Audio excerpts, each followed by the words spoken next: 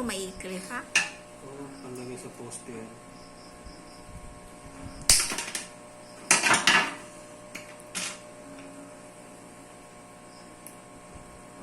Ano ang tawag dyan?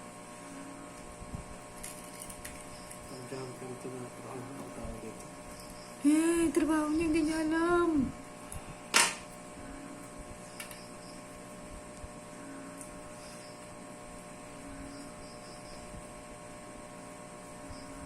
Ba't kailangan nakaganyan, nakabuka?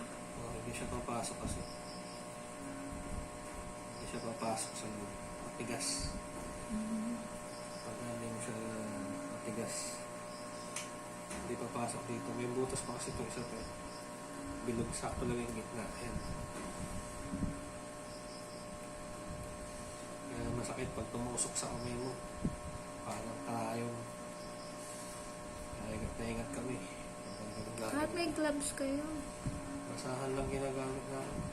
Ay.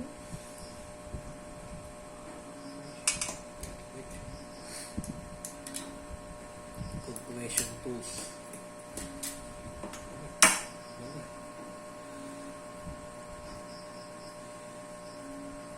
Bukasin mo konti. Hindi masyadong mahaba.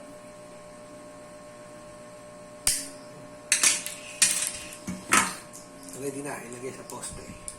Tatlong piraso na. Sinetap pa lang naman itong slicing ko. Ginamit ko lang siya para makakalibrate ko to. Bago nga kasi, pag bago hindi pa nakakalibrate siya. Ikaw magsiset up. Hindi niya puputulin niya pag